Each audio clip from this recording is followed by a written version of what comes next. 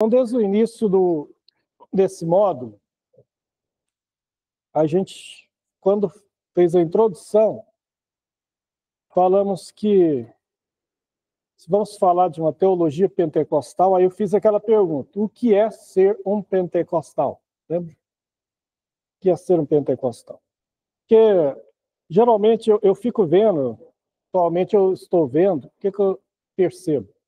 Que sociólogos, antropólogos, cientistas políticos estão tentando, a elite intelectual do Brasil,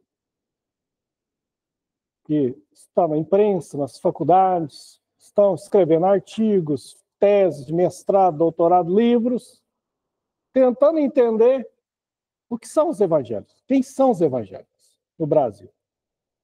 Livros estão sendo escritos. Tem um autor, chama Juliano Speyer, ele tem uma coluna na Folha de São Paulo, e ele escreveu um livro. Ele não é evangélico, mas ele escreveu um livro há uns 2 anos atrás, chamou O Povo de Deus. Ele ficou durante meses, durante 1 ano, ou mais de 1 ano, morando numa comunidade, que agora usa o termo comunidade, né? Antigamente falava favela.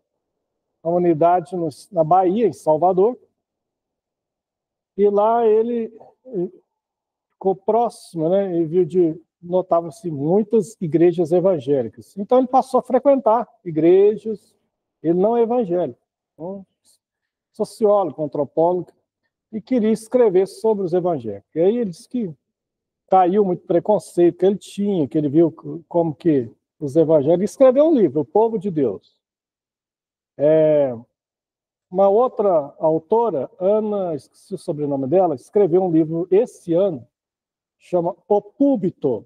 Ela também não é evangélica. Ela cresceu estudando numa escola metodista, escola confessional. Então, aí ela tinha alguns contatos com os evangélicos. Mas depois ela se afastou e, há uns 14 anos atrás, quando, na eleição presidencial de 2010, Dilma contra Serra, primeira eleição, houve o debate religioso atingiu a campanha presidencial, principalmente na questão do aborto. E aí essa escritora esses dias eu até trouxe o livro dela aqui, chama O Púlpito. E aí ela foi convidada pela editora dela, do jornal, acho que Folha de São Paulo também, para ela fazer uma pesquisa nas igrejas evangélicas, o que os evangélicos estavam comentando sobre aquela eleição e tal. E aí ela novamente se reaproxima do movimento evangélico, começa a escrever. E fez uma pesquisa, e aí depois ela continuou a pesquisa, que aí resolveu escrever um livro, durante anos e anos, não sendo evangélico, mas escrevendo sobre os evangélicos. Aí frequentou igrejas, frequentava assim, assistia cultos, né, depois em outra, entrevistou vários pastores, principalmente pastores que eram deputados federais, né, ou outros que concediam, ou alguns líderes denominacionais que concediam entrevista, que nem todos concedem. E aí ela escreveu esse livro falando sobre os evangélicos. Então, ela acertou muita coisa, assim como o Juliano Spar, mas a gente vê que tem coisas que eles não entendem. Por mais que pesquisas misturam. Por exemplo, a hora que ela foi falar sobre o pastor Idecaso Takayama, que era deputado federal na época que ela escreveu, estava fazendo o livro, hoje ele não é mais. Então ela fala: pastor Takayama, pastor da igreja Cristo Vive em Curitiba. Pastor Takayama é pastor da igreja Assembleia de Deus. Cristo Vive é o nome do ministério dele itinerante, que ele tem há muitos anos. Cruzada Cristo Vive. Tinha programa de televisão, Cristo Vive. Então mostra que eles não entendem ainda tudo como funciona a dinâmica do movimento evangélico. Quando se vai falar aí, tem outros que são evangélicos que estão escrevendo livros. Também o Gutierrez Siqueira, que é um teólogo pentecostal, que eu falei sobre ele, acho que na segunda aula aqui, assembleiano. Ele escreveu um livro há uns 3 anos atrás, chamado quem tem medo dos evangélicos? Então, falando também sobre o crescimento e também o impacto político na nação que estava dando esse crescimento evangélico, que os analistas até agora não conseguiram entender muito direito o que aconteceu, né? O impacto. Porque o que acontece? Em 1980, censo de 1980, 1970, melhor, os evangélicos eram apenas 4% da população brasileira. 1970. 1980, ele era em torno de 8%. Em 1990, ele já tinha aumentado bastante. No ano 2000, ele já era 15%. No ano 2000. No ano 2002, teve um candidato a presidente evangélico, Antony Garotinho. E quem lembra? Ficou em terceiro lugar na eleição. Na época foi Lula, Serra e Garotinho. Ele ficou na frente até do Ciro Gomes. Então eles já viram, mas era 15%. No ano 2010, descobriu que já estava em 22%. E agora, no último, já se fala em 31%. A perspectiva é que dentro de 10, 15 anos, chegue a 50% da população brasileira evangélica. Considerando que hoje o Brasil tem cerca de 210 milhões de habitantes, 31% é muita gente. Dá cerca de 60, mais ou menos, 65 milhões de pessoas. E aí, a sociedade brasileira começa a ver que tem que rever algumas coisas. A gente vê emissoras grandes, a maior emissora de televisão do Brasil, que é a TV Globo, tendo que começa a abrir espaço para evangélicos. Sendo que na Globo era comum se só ver coisa espírita ou católica.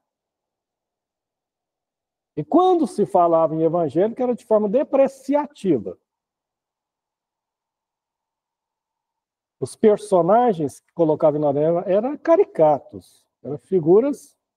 Em 1995, no auge da briga Globo contra Record, né, Roberto Marinho versus Edir Macedo, eles lançaram uma minissérie, Decadência. O ator Edson Celular era o personagem principal.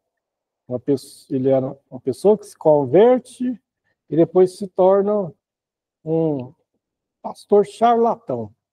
Decadência era isso. Foi processo. Inclusive, a Globo nunca nem repetiu essa minissérie. Então, quando mostrava assim. Mas aí, em 2010, a partir de 2010, eles lançam o Festival Promessas, com os cantores gospel. E a gente vê a Globo patrocinando um festival com música gospel. E a gente vê Regis Danés, Aline Barros, Ana Paula Valadão, Fernanda Brum, Aline Barros, desfilar lá no Festival Promessas, da Globo. Aí depois eles acabaram com esse festival. Agora, por último, eles criaram uma novela, né? Vai na Fé, uma dos personagens era evangélica. Tentando, eles descobriram que esse público também é um mercado grande, novo, que antes todo mundo ignorava, mas agora não tinha como mais ignorar quase 70 milhões de pessoas.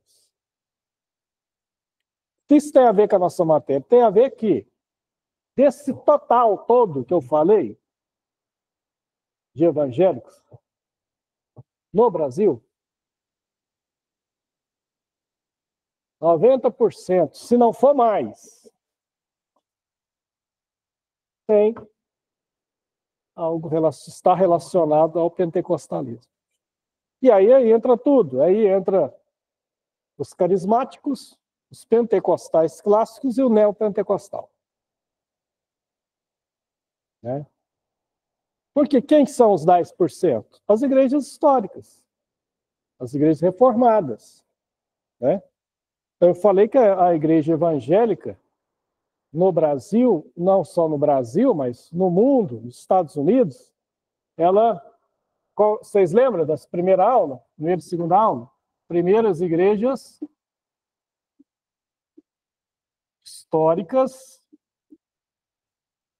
ou também chamado de igrejas reformadas.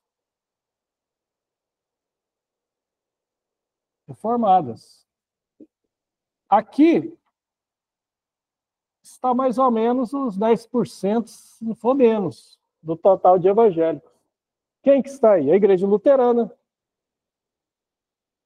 né? A igreja episcopal, a igreja congregacional, a igreja anglicana,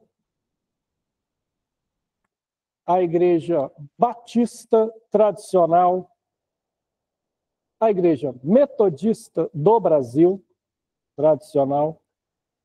Eles estão aí.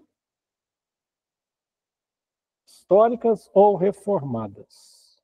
Ou seja, essas igrejas são evangélicas, creem na salvação pela fé em Jesus Cristo, pela graça, pregam a Bíblia Sagrada, não adoram ídolos, são evangélicos. Mas eles creem, a maioria deles, não todos, muitos deles, não todos.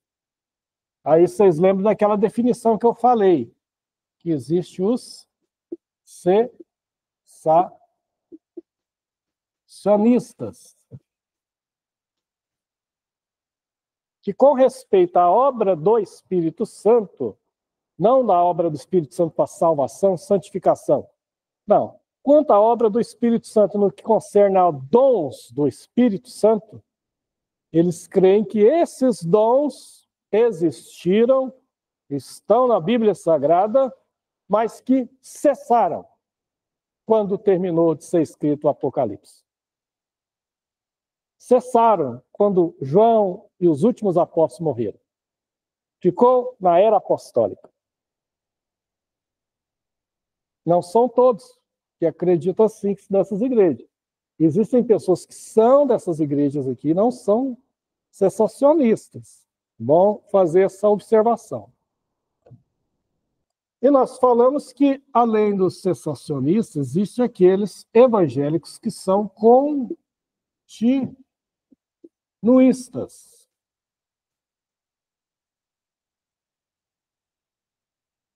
Que dizem o contrário dos outros.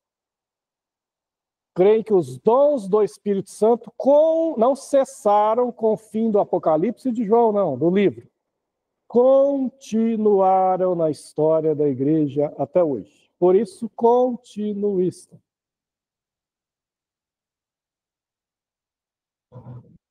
E tem o pentecostal.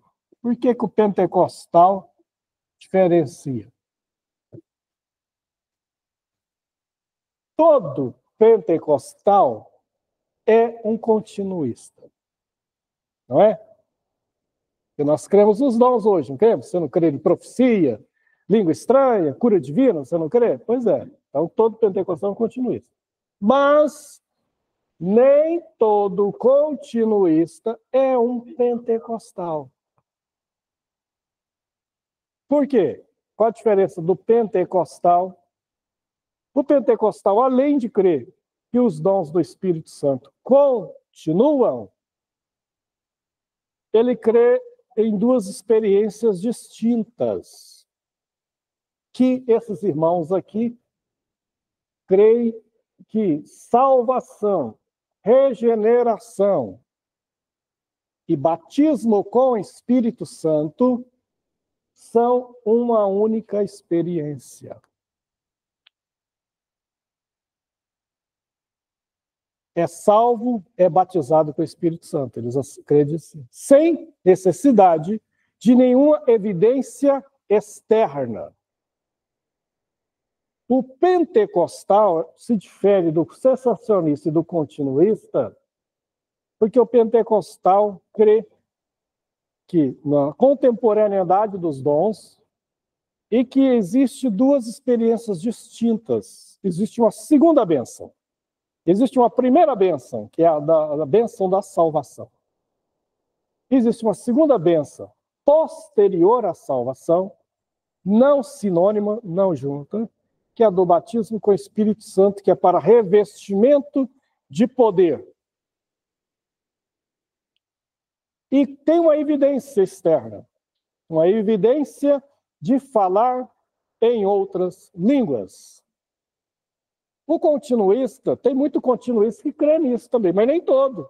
Tem continuista, por isso que eu fiz a distinção do pentecostal, porque tem continuista que crê que os dons continuam. Mas ele também crê que batismo no Espírito Santo e regeneração é uma única experiência, que não há necessidade de uma evidência externa de falar em línguas.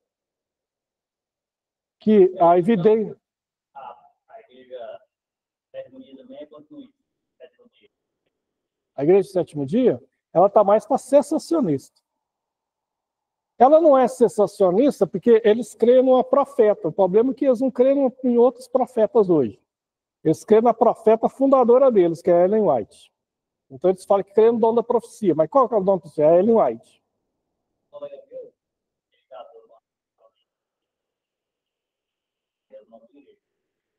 Aí eu vou ter que negócio para estranho, não existe. Eles não creem. Eles estão mais para cessacionista nesse ponto. Eles começam a entrar no continuismo na questão da profecia, mas mesmo assim é limitado. Porque ele não crê que todo mundo profetiza hoje. Ele crê na Ellen White, que era uma profeta. Então o adventismo é complicado, porque eles não tem muito um lugar para acrescentar a eles. Aí eu falei que existem as igrejas carismáticas, que elas têm essa terminologia hoje, mas que na década de 60, 70 e 80 elas se chamavam igrejas renovadas. Quem que eram essas igrejas? São igrejas que saíram daqui. Presbiteriana, renovada. Batista, renovada. Metodista, renovada. Eram irmãos que estavam nas igrejas históricas que começam a receber experiência de dons espirituais, de falar em outras línguas, e aí formam as igrejas renovadas, que hoje se chamam carismáticas. É o termo que é usado. E a terceira definição é os pentecostais. Por que a igreja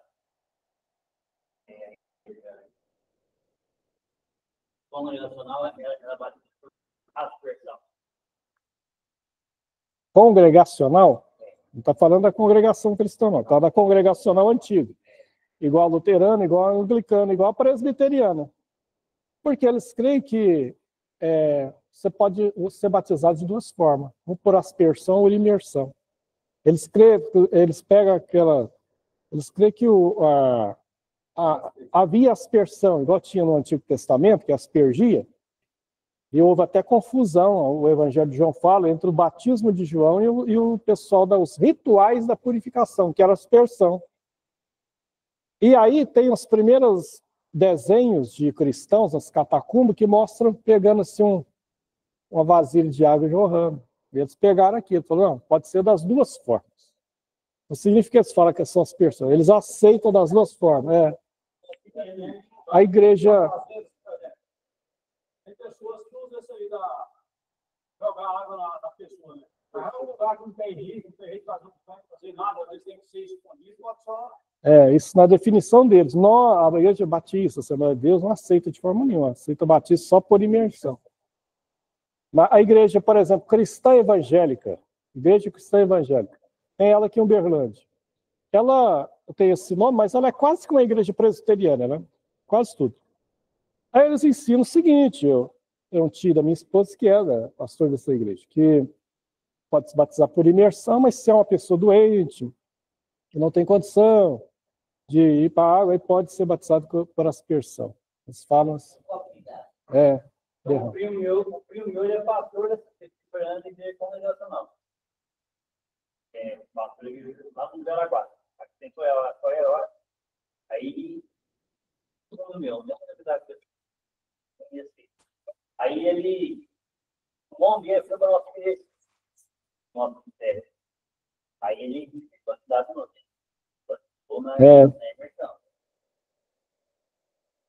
Então aí entra os pentecostais. Aqui entra quem? Entra a Igreja Assembleia de Deus, entra a Igreja Deus é Amor, entra a Igreja Congregação Cristã no Brasil, né? E aí, Brasil para Cristo e grande parte das igrejas.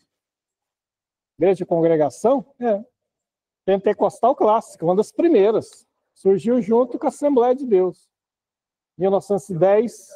Em 1910 chegou no Brasil tanto o Gunnar Wing como o Daniel Berg no Belém do Pará, como o Luiz Franciscon lá no Paraná, em São Paulo, Paraná, a região lá. Ele era um italiano. Gunnar Wing e Daniel Berg eram suecos. Mas todos estavam no avivamento, a Rua Azusa, e vieram para o Brasil. Só que o Gunnar Wing, ele tinha uma tendência mais batista, mais metodista. E o Luiz Francisco veio da presbiteriana. Por isso que os presbiterianos eles são calvinistas sem saber que são calvinistas. Eles não estudam teologia, né? Lá é proibido. Então, por exemplo, lá a questão de salvação, quando você peca, você está praticamente, quase não tem mais perdão. Eles são calvinistas sem admitir que são calvinistas, que eles nem entendem o que é isso. Mas com relação aos dons do Espírito Santo, eles são pentecostal. Porque eles creem falar em línguas estranhas, né? Profecia, tudo. Então, pentecostal. A questão, voltando com relação ao batismo, não foi por acessão, foi por imersão. E a salvação? O correto é ser batizado da forma por imersão, né? Por que a gente batiza por imersão? Porque a gente crê que o batismo ele é um símbolo mesmo, ele é um rito. Mas símbolo de quê? Romanos capítulo 7, fomos sepultados em Cristo, é o que Paulo fala. E com ele ressuscitamos.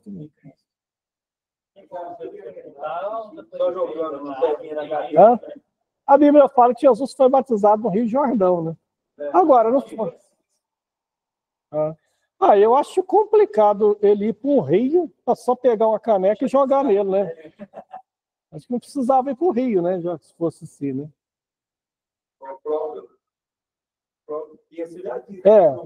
Atos 8, né? A conversão do eunuco, quando Filipe prega para ele, ele pega, a hora que eles estão passando a carruagem perto do rio, falou, ali tem água, o que me impede de ser batizado? Né? Se fosse só aspersão, ele falava, aqui tem uma jarra de água aqui na minha carruagem, só me joga aqui, porque ele era um homem da alta sociedade, devia ter tudo lá, né? Então ele me batiza aqui, pronto. Né? Aí ele fala do rio. Bom, aí chega aqui, nós temos em 1910 a 1950, praticamente durante 40 anos, a cena brasileira pentecostal ficou restrita à congregação cristã e à Assembleia de Deus. Em 1950, o cenário começa a mudar. Começam a chegar outras igrejas também pentecostais. É o caso de 1951, que chega aqui a Igreja do Evangelho Quadrangular, fazendo um movimento de tendas, tal, movimento evangelístico, tá? Ela veio lá dos Estados Unidos, né? A Igreja de Deus, Amy McPherson, a fundadora dela é uma mulher. Amy McPherson fundou a Igreja do Evangelho Quadrangular dos Estados Unidos. Na década de 20, década de 30, era uma pregadora de cura divina que tinha na época, e ela funda a Igreja do Evangelho Quadrangular. Aí vem a Igreja de Deus, que é uma igreja pentecostal. A Igreja de Deus, inclusive, é mais antiga que a Assembleia de Deus. Ela surge nos Estados Unidos em 1886. Mas no Brasil ela chega mais ou menos nessa época aí.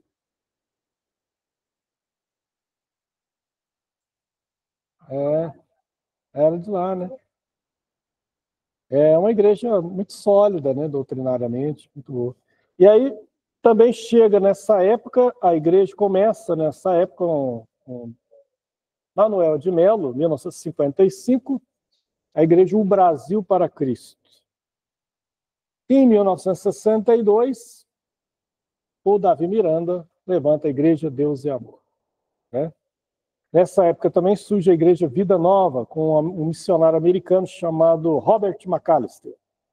E é nessa igreja que o Edir Macedo e o R.R. Soares vão se converter.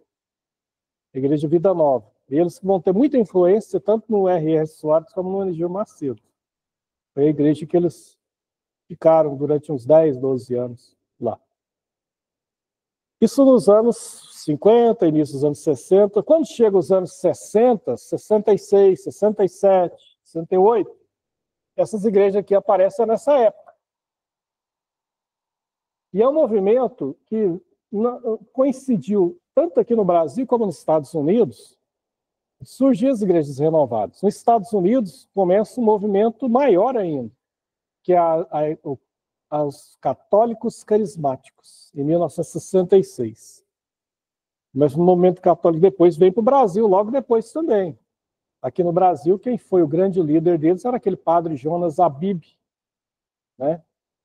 Morreu tem pouco tempo, mas depois teve outros líderes, né, da igreja carismática, católica carismática. E aí nas igrejas evangélicas também. A igreja batista, o grande líder que vai surgir nessa época aí é o pastor Enéas Tognini. Não sei se alguém já ouviu falar dele. Pastor Enéas Tognini. Na igreja presbiteriana, o pastor Antônio Elias. Então, são pastores renovados que criam o batismo do Espírito Santo, dons e tal. Era essa época. Nessa época também surge o movimento Desafio Jovem, né? Nos Estados Unidos, liderado pelo David Wilkerson, que é o autor do livro, né? A Cruz e o Punhal, quando ele começa a evangelizar jovens nas favelas do Rio e monta um movimento para a recuperação de pessoas com dependência química, os primeiros desafios jovens que surge ali, e vai influenciar o pessoal até da Igreja Católica. E o pessoal católico carismático nos Estados Unidos, eles começaram sendo simpatizantes do trabalho do David Wilkerson. Pouca gente sabe disso. E por pouco eles não saem da Igreja Católica. Mas aí o Papa foi muito esperto. O Papa, não o Papa que surgiu o movimento, que era o Papa Paulo VI, mas o outro Papa que veio depois, o João Paulo II. Ele pega e coloca esse movimento, a hora que ele viu que eles estavam diferenciando, ele coloca eles sob o guarda-chuva da Igreja Católica e aí muda o foco deles todinho. Então, se antes eles estavam preocupados em oração, leitura da Bíblia, eles começam a colocar na cabeça deles, olha, mas vocês não podem deixar a Maria de lado. Vocês podem orar, mas não deixa a Maria, não deixa a Nossa Senhora, não sei o quê. E aí foi colocando eles debaixo e controlando o movimento.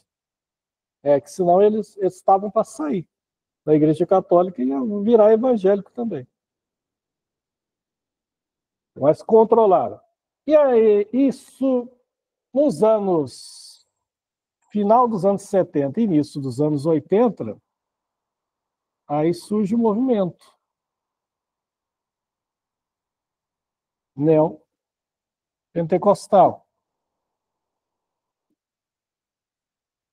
Nos Estados Unidos foram várias igrejas que surgiram lá, muitos nomes. Aqui no Brasil, a primeira delas é em 1977, Igreja Universal do Reino de Deus. Em 1980, Igreja Internacional da Graça. 1910, 1911. 10 a congregação, 11 a Assembleia de Deus. E aí vieram outras, né? Igreja Sara Nossa Terra, Bola de Neve, várias e várias e várias outras. As igrejas, é a forma que vocês veem hoje. Inúmeras igrejas, né? Igreja que a gente vê o que surgiu em Goiânia, como Luz para os Povos, Igreja Videira, né? Por igreja força. Aqui em Uberlândia surgiu a Igreja Sal da Terra, que depois foi para outros lugares, mas ela surgiu aqui em Uberlândia.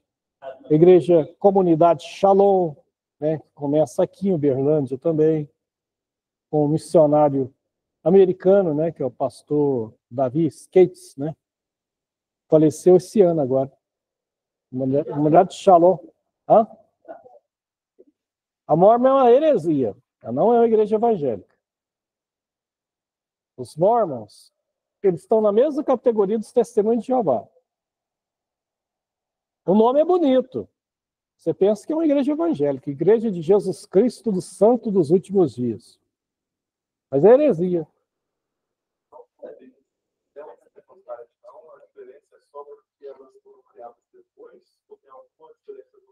Sim, tem as diferenças.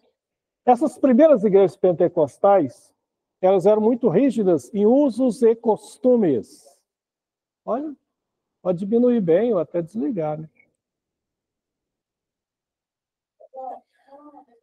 Então, na questão de usos e costumes, elas eram bem rígidas.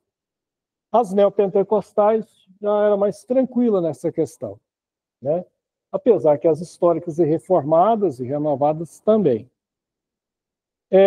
As igrejas pentecostais clássicas falavam em cura divina, expulsão de demônio, mas tinha uma ênfase muito grande na salvação mais em salvação. Depois vinha cura, o santo tinha também. Só que quando as neopentecostais surgem, a ênfase delas, nas primeiras, era mais exorcismo e cura.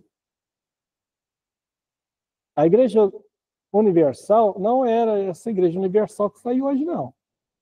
Quando ela começou, no fim dos anos 70, os anos 80, a ênfase era muito era negócio, até os corinhos deles. Fogo no diabo da cabeça aos pés, não sei o quê. Né? Era um negócio assim. Era ênfase, era um exorcismo mesmo, expulsão de demônios, cura. Nos anos 90 eles mudaram. Aí passaram para a teologia da prosperidade que está até hoje. Então, os neopentecostais começam com ênfase muito forte em cura divina e exorcismo, e depois eles passam, na sua maioria, para a teologia da prosperidade. Então, a diferença básica é essa. Não que esse aí não tenha chegado à teologia, não tenha chegado nas igrejas pentecostais clássicas. Chegou. Mas você não vive em função disso, como você vê, né? Você vê campanhas que eles fazem, que é só isso. Né? A Igreja Evangélica Assembleia de Deus, Igreja de Deus, Brasil para Cristo, Congregação Cristã, Deus e Amor, são considerados pentecostal clássicos. Até a Quadrangular entra nisso, apesar que eu discordo. Ela entra pelo tempo dela de igreja, mas assim, na doutrina dela, ela é uma neopentecostal. É a mesma coisa, ela não tem muita diferença da universal, não. A origem deles varia. Uns falam que era... Eu não sei bem a origem de cada um deles, não. Eles eram de outras igrejas, sim. Eles eram evangélicos, saíram e fundaram essas igrejas aí. A maçonaria é uma mistura trabalhada, né? Não, a maçonaria é uma sociedade secreta, né? Aí já não é... Não entra... Sociedade secreta. Não. A sociedade, só que ela tem coisa filosófica, tem coisa religiosa, apesar que eles não falam, mas tem também, né? Eles falam no grande arquiteto, não sei o quê. Aí vem aqueles símbolos, aqueles mistérios todos deles lá, né? Sim. O pastor da igreja, 7 anos aqui no Orlando. Só que ele nunca deixa claro o que é. Ele fala que ele é de Jesus. Mas ele veio da metodista. Bom, depende da metodista. Se ele veio da metodista histórica, aquela metodista do Brasil, é provável que ele seja está mais ligado a igrejas históricas lá, não sei. Eles ensinam sobre dons do Espírito, alguma coisa assim? Crê? Digamos que ele então está mais para carismático, renovado então.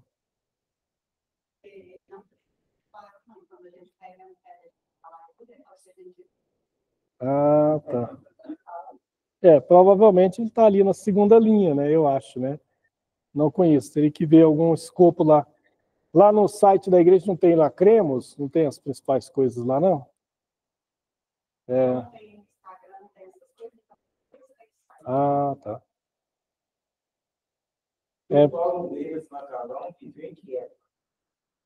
É um pastor famoso da Assembleia de Deus, né? Fundador do Ministério Madureira, que depois se tornou convenção. Ele, o Mauro Levas Macalão, e conviveu com Daniel Berg, conviveu com Gunnar Ving, mas ele vem assim na fase intermediária, né?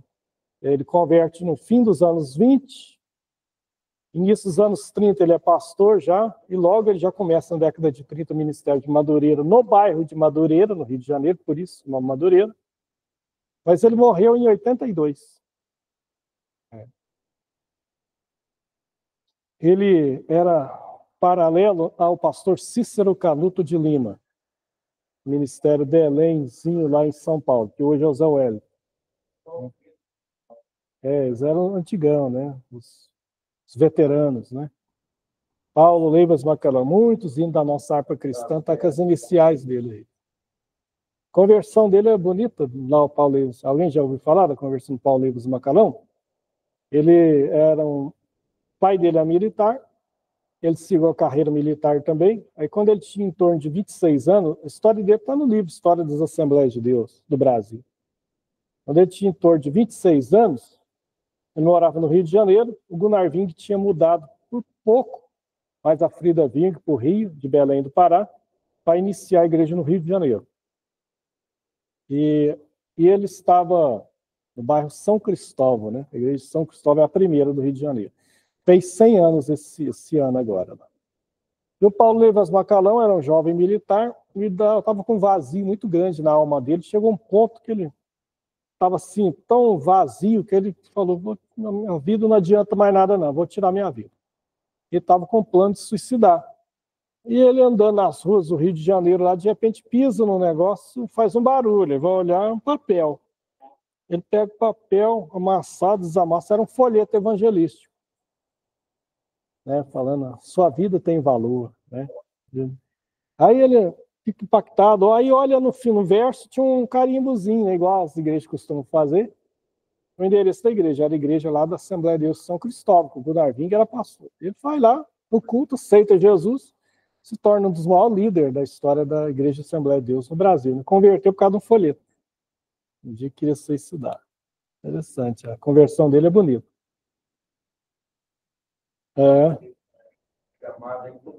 Professor, o senhor lembra daquele livrinho que eles faziam? Aquele homem com a bengalinha assim? Uma bengalinha, tipo um guarda-chuva assim. Lembra?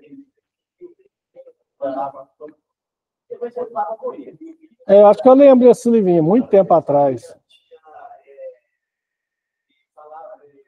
O que eles colocaram ali foi sobre João. Eu achei no ônibus uma vez, pensei ele, era aquele. Eu vou conhecer esse homem que eles falam dele. Aí ele ficou bom. Eu não 17 anos, tá? 14 anos.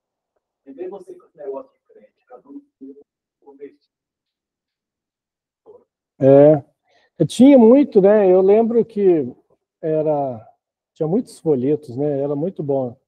Eu também, os folhetos me ajudaram muito na minha conversão. E tinha também distribuição de, além dos Novo Testamento, que os Gideões Internacionais distribuem até hoje, né? Que os Novo Testamento de bolso. Foi a primeira Bíblia que eu tive contato na vida, foi um Novo Testamento de bolso. Uma tia que não era crente, deu para minha mãe, e eu fui ler, né? Eu era criança, fui ler aquele. Foi o primeiro contato que eu tive. E aí depois, uma tia, olha só, que era espírita, aí ela tinha ganhado, ele pegou e deu para nós o Evangelho de João, era São João. Era o Evangelho de João, assim, de bolso, e aí as palavras todas de Jesus ficavam em amarelo, depois eu perdi as palavras. Mas eu sei que foram os primeiros contatos que eu tive assim, com a Bíblia Sagrada. Porque não é que era proibida, mas ela não tinha venda que tinha hoje. Os evangélicos eram muito poucos no Brasil, igual eu falei, né? E as vendas eram mais adquirir. A Igreja Católica não incentivava de jeito nenhum. Hoje não. Hoje você vê católico com a Bíblia na mão, andando aí.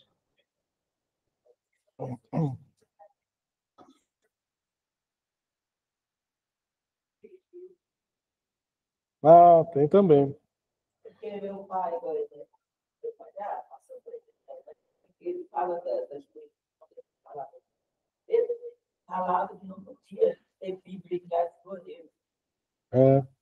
Eles falavam que era isso, deu pouco, né? Sonha. Na época, Falava que o povo ficava doido se lesse a Bíblia. Né?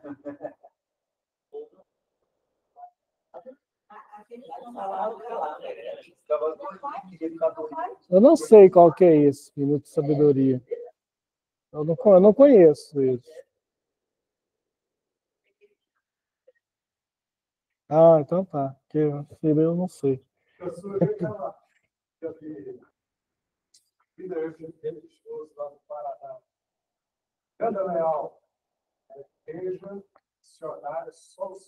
Só o Senhor é Deus. Cara, ela também estaria como pentecostal, né?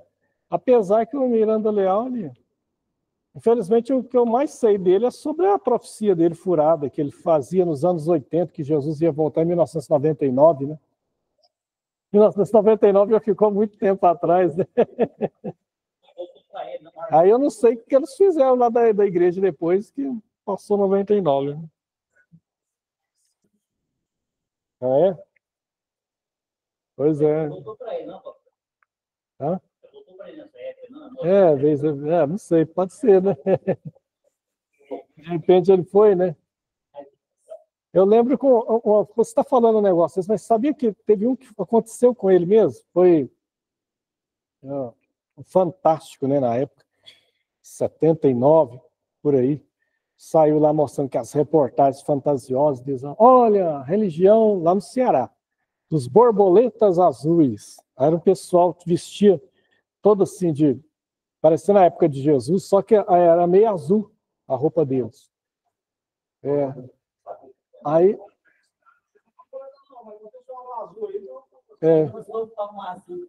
aí eles, não, mas esses são outros, eu sei. Aí eles chegavam, aí tinha um camarada, né, com sotaque nordestino na televisão, foram entrevistar ele. Ele, não, Jesus apareceu para mim. E fez mesmo assim, aí Jesus estava fazendo vida da vitória, né, de certo. Ele falou que o fim do mundo é no ano que vem. No ano que vem era 1980, né? Vai ter um dilúvio, Deus falou que não ia ter dilúvio mais, né? Aí o que aconteceu? Em 1980, Sol apareceu rachando mamona, né? Não teve dilúvio nenhum. Mas para ele, aí aconteceu isso. Para ele, o fim do mundo aconteceu mesmo, porque ele morreu. O homem que fez essa profecia, o mundo não acabou, não. Para ele terminou aqui. Né? Os Mormons, quem perguntou sobre os Mormons? Os Mormons são uma seita herética, né? Eles parecem igreja evangélica no nome, mas não são evangélicos. Tem gente que não é crente, que mistura evangélico com tudo quanto é religião, né? Fala que testemunho de Jeová é evangélico também, não tem nada a ver, né? Por que eles são heréticos? Porque primeiro que a Bíblia não é suficiente para eles. Eles têm o livro de Mormon. Já viu o livro de Mormon? É um livro, é a Bíblia deles lá. Tem uns trechos lá da Bíblia, mas aí eles colocam os livros, que é só lá que tem. Primeiro Nefi, segundo Nefi, que inventaram os livros. Porque eles falam que o Joseph Smith, que é o fundador dos Mormons, século XIX, era um profeta, né? Ele recebeu a visita de um anjo. Aí inventaram o nome para o anjo também, o anjo Moroni. Por isso que vem Mormon, vem nesse negócio, Moroni. Que falou que ele tinha umas placas de ouro escondidas não sei aonde, que os Estados Unidos era a Nova Jerusalém. Os Estados Unidos era a Nova Jerusalém. E aí veio, né, que a doutrina da Trindade é a maior bagunça deles, porque eles creem tudo de forma diferente, né? Fala que Jesus foi casado, Deus também teve esposa. É uma confusão tremenda, né? Porque eles ensinam poligamia, né? Um homem lá, o Joseph Smith tinha várias mulheres, teve não sei quantos filhos, morreu assassinado. Acho que alguém lá que pegou. Ou de algum homem lá, não sei. Ele que morreu assassinado, Joseph Smith. Então, mas ela está aí. Você vê eles evangelizando aí, né? Durante o dia, camiseta branca, calça preta. Geralmente em dois, né? Que andam de dois.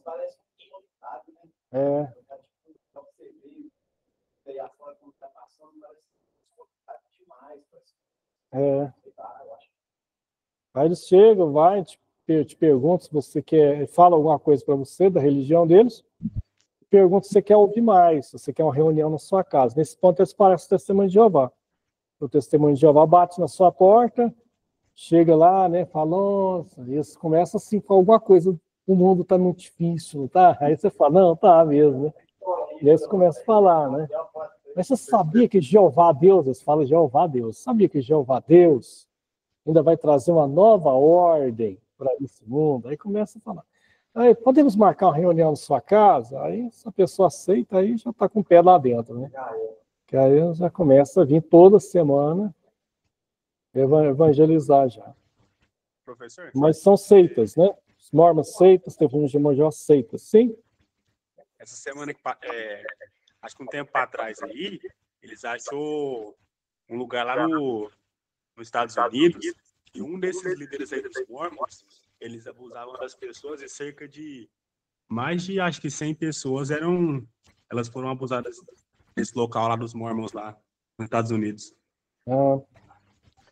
Nos Estados Unidos, eles são fortíssimos. Além de ter sido a origem deles, sei lá, você pega o estado de Utah, Utah mesmo, tá? U-T-A-H mudo. O estado de Utah, ele é quase 100% mormon.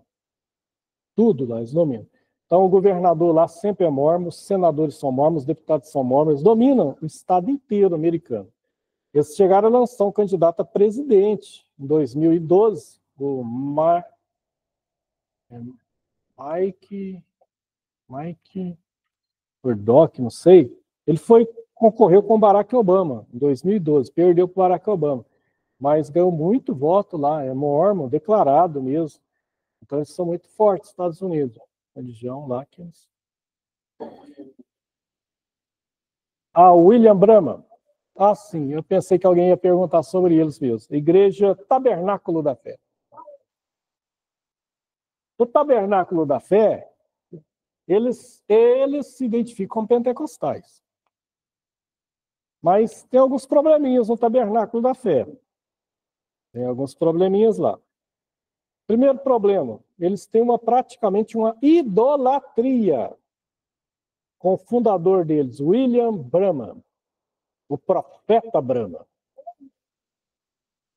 Eles ficam mostrando uma foto lá, que um homem lá, né, calvo lá, com a luz em cima lá, eles carregam essa foto para todo lado. Olha aqui, ó, a luz de Deus brilhando nele, o profeta Branham. Ele morreu em 1966, há quase 60 anos atrás. E eles falam dele como se ele estivesse vivo. Profeta Branham, não sei o quê. Eles carregam os livrinhos, que é os livros que ele escrevia na época. O Branham é o seguinte, o Branham surge nos anos 30 nos Estados Unidos, da década de 40, numa época que houve uma onda lá de pregadores de cura divina nos Estados Unidos, ele era um deles. Então tinha William Branham, T.L. Osborne, que o R.R. Soares fala muito dele. Tem muitos livros do T.L. Osborne aqui no Brasil. O mais famoso dele é Curar Enfermos e Expulsar Demônios. Tinha também o Oral Roberts. Então, e o William Branham era um deles. Então ele tinha muita gente lá, seguir lá. O problema é que o William Branham começou a levar as coisas assim muito mais para ele, entendeu? Aí quando ele morreu, ficou essa idolatria. Aí é muito forte o tabernáculo, no carro onde eu morava. Eles não unem com igreja nenhuma evangélica, eles são só eles. Ali eles falam das outras igrejas, o negócio lá é só lá. Eles são muito rígidos em uso e costume, principalmente com as mulheres lá. Mas os homens eles deixam solto.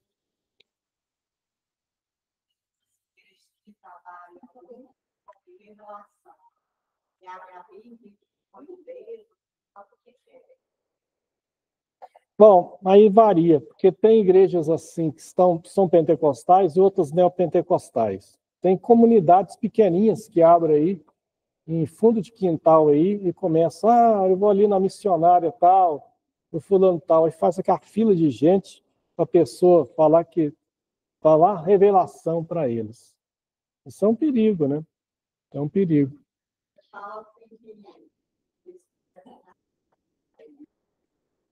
Ele convidado, uma vez falou assim, antes eles abrem a Bíblia e falam que Deus que prepara o culto.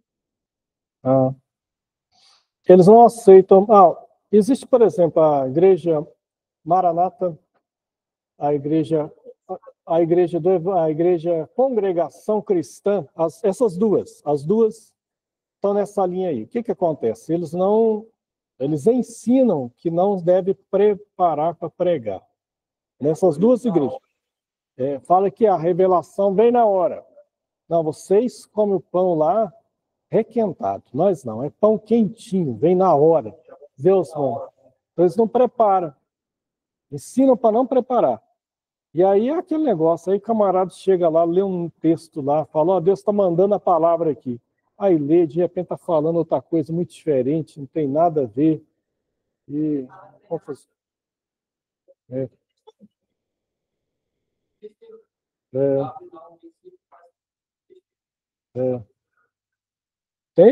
Tem assembleiano que era assim também. Isso está mudando muito a Assembleia de Deus.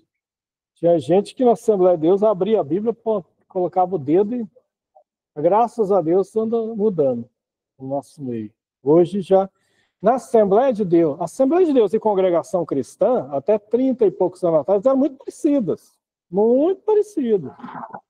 O uso e costume era bem igual. A única diferença é que você via as irmãs ajoelhar, só olhar ajoelhado e com o véu na cabeça. E as Assembleias de Deus não. Mas no resto eles eram muito parecidos.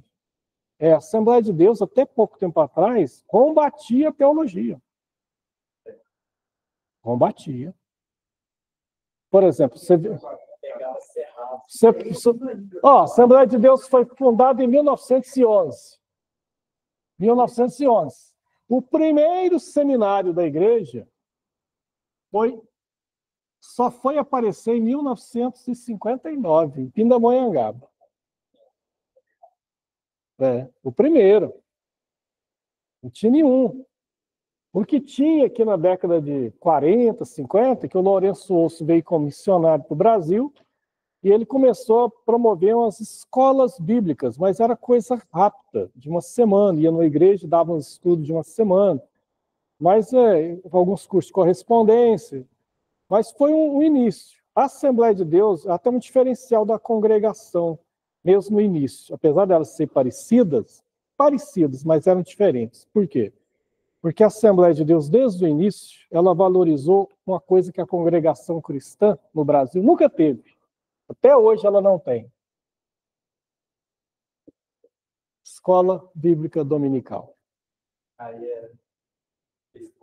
Então, mesmo antes da Assembleia de Deus ter seminário, ela já tinha escola dominical. Já tinha revista. Já tinha um ensino de alguma forma. Mesmo muito refutando a teologia e a escola bíblica vinha da teologia. Parece que a reunião de manhã, a reunião dos jovens. Jovens e crianças falam, né? Aí pegam a Bíblia e ficam fazendo perguntas. Mas sem revista, sem livro, sem nada. Na época que a Assembleia de Deus não apoiava a teologia, já estudava, né, pela IPD. Isso aqui teve uma importância. A hora que vocês for ler livros sobre a história da Assembleia de Deus, vocês vão descobrir que um dos motivos da doutrina a Igreja de Assembleia de Deus, 90% é pentecostal ou neopentecostal. E desses pentecostal, neopentecostal, a maior denominação é a Assembleia de Deus. Maior. Que teve um crescimento muito grande de 20 anos para cá também. Mas a Assembleia de Deus, ela é grande, ela está dividida em 3 convenções nacionais, CGADB, CONAMAD, Madureira, CADB, algumas até independentes, mas tem uma coisa, todas elas, de uma certa forma, tem uma unificação doutrinária no Brasil inteiro. E sabe qual que é a causa disso? Isso aqui, ó. Foi por causa disso aqui.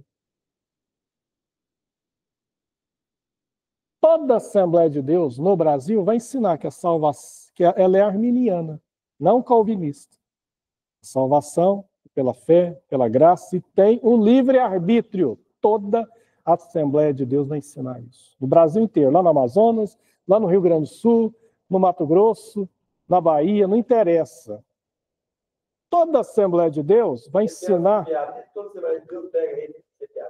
Não, não é mais. Agora tem a Betel. Durante décadas foi a CPAD. A Betel é mais da Madureira, né?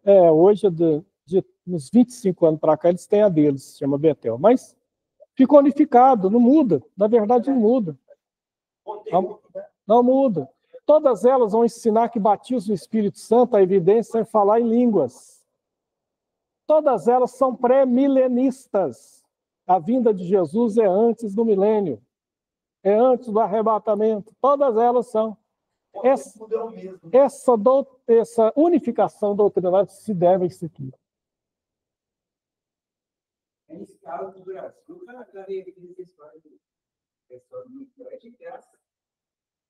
Revista, né?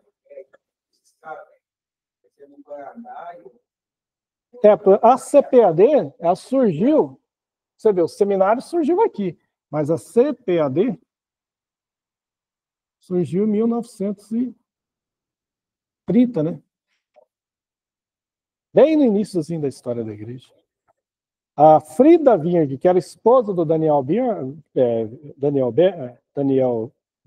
esposa do Gunnar Vinge, foi uma das primeiras editoras, um dos primeiros comentaristas de revista, né?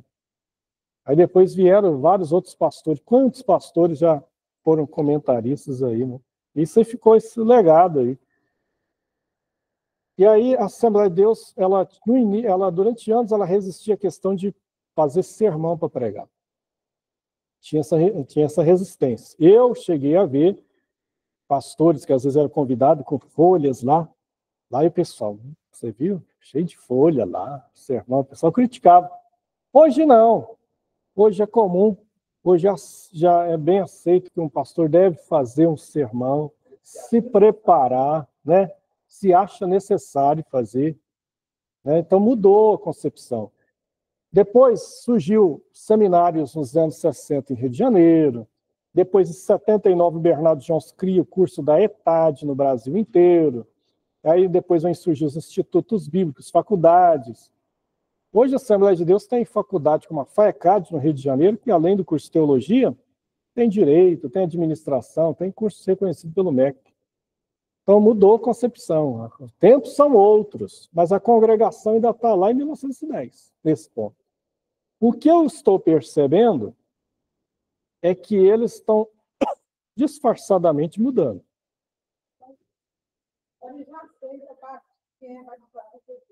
Até na época da pandemia,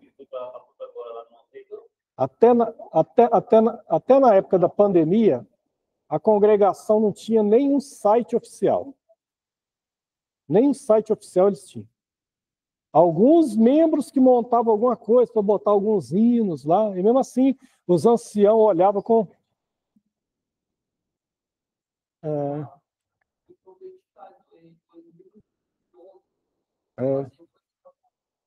Mas aí surgiu a pandemia, não pôde ir mais para a igreja durante meses.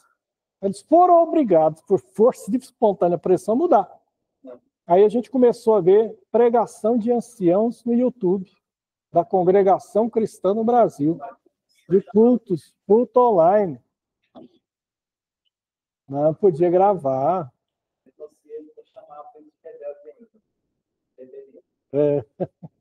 Aí hoje, quando eu já vi pregação deles já, aí você vê que esse camarada ele preparou. Só que ele não admite, ele nunca vai falar que fez um sermão, que preparou. Não, Deus está mandando. Mas no fundo, lá na casa dele, ele estava preparando. Ele não admite, mas você vê pela fala que está havendo uma mudança. Com o tempo, as coisas vão mudar, né? Meio devagar, mas vai mudar alguma coisa.